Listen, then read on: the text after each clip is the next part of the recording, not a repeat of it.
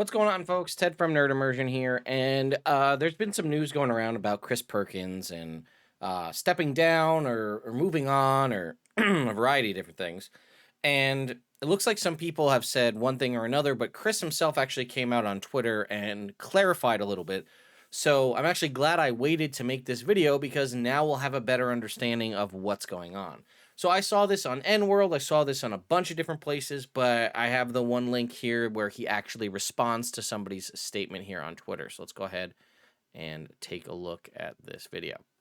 Or this article, rather. So the Piazza said, did you realize Chris Perkins was stepping down as lead D&D lead for Wizards of the Coast? And you can see there's a link to an article, or this is, I think, is from Polygon, posted somewhere else, but it says, fitting then that this new Dungeon Master's Guide will also be Perkins' last effort as a lead designer at Wizards of the Coast. The man who helped bring in D&D as a form of entertainment to millions of people around the world is putting all his wisdom and experience into one final guidebook. Although I made substantial contributions to the Monster Manual 2025 and the D&D Next Starter Set, which comes out next year in the summertime, the Dungeon Master's Guide 2024 is the last official D&D book in which I'm credited as a product lead, Perkin revealed to Polygon in an email, knowing that I tried to stuff as much of my DM brain into that book as would fit. Whether that's a gift of the community or not, I'll let the users decide. And then they had said here, apparently he's being promoted to game architect. And then Chris himself came out and said, not true. I was a game design architect. Now I'm the creative director, which is a more, quote, behind the scenes gig that lets me play quietly in a bunch of different sandboxes. So again, my understanding, I'm not too sure exactly what that means in the terms of Wizards of the Coast's hierarchy. But in my general knowledge, being in the corporate world and things like that, my assumption is now that he's moved from an architect or a product lead to a director, he's going to be more high-level oversight rather than the person actually kind of in the trenches, if you will, doing the design. So who knows if this is for better or worse? I really don't know. Chris has a long history of game design. He's been with Wizards of the Coast and TSR since the Dragon Magazine's days, which is actually how he got his start in working for Dungeons and Dragons. So it's kind of a double-edged sword, in my opinion, right? We're seeing a lot of, and again, he's not quitting, he's not leaving, he's not retiring. He's moving on to a more director position as opposed to a lead designer or game architect.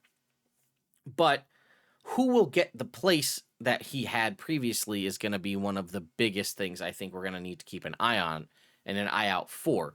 Because while, again, like I said, Chris has a lot of history in the world of Dungeons and Dragons and designing and DM facing things and all that, which is great, getting somebody new or fresh in that role could also be a huge boon. And again, some people may not see it that way, but you see it all the time when you work in a corporate place. Sometimes you get a new manager or a new lead or somebody new heading up a team, and it actually becomes a huge boon when you put somebody who's a brand new creative type in a designer role, because they're bringing fresh ideas that maybe, people did things a certain way in the past because that's how you always did it, and then you get a fresh set of eyes on this, and they go, hey, why can't we do XYZ or change or alter this one thing? And then it's like, oh my God, we never thought about it. We just always had done it the way before.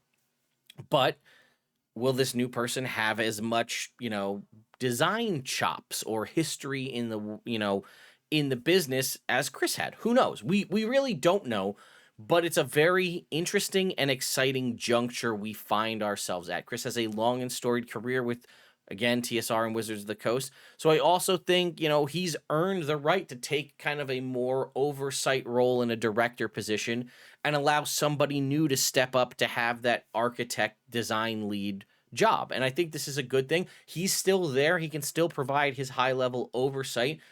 But as long as he allows the new person to kind of innovate and then can pepper in that insight from somebody who's been there for a while, I think we have a pretty good chance to see some really interesting and unique stuff going forward in terms from the game dungeon master side of things, I guess.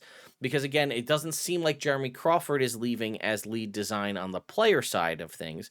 And that's kind of, there were these sort of two game design architects, if you will, is my understanding of the hierarchy of Wizards of the Coast. You had Jeremy on the more player facing side, dealing with species, spells, subclasses, backgrounds, etc. And then Chris was the more DM side with the all the dungeon master's tools, magic items, all that. And I think they both sort of came together, I think, with potentially a third person on the higher end to deal with the monster side, right? Because monsters affect both players and DMs.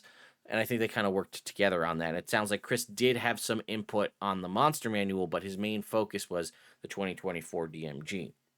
So, yeah, I don't really know what the future is going to hold for this. I think this has a potential to be a really good and interesting move to see what things are going to happen. And I'll be on the lookout to see if we hear anything about who's going to take over that game, architect or lead designer, whatever position at Wizards of the Coast. And we'll make an update video once that becomes available. So let me know your thoughts and opinions. And if you have any concerns or otherwise in the comments down below, I'll see you all next time.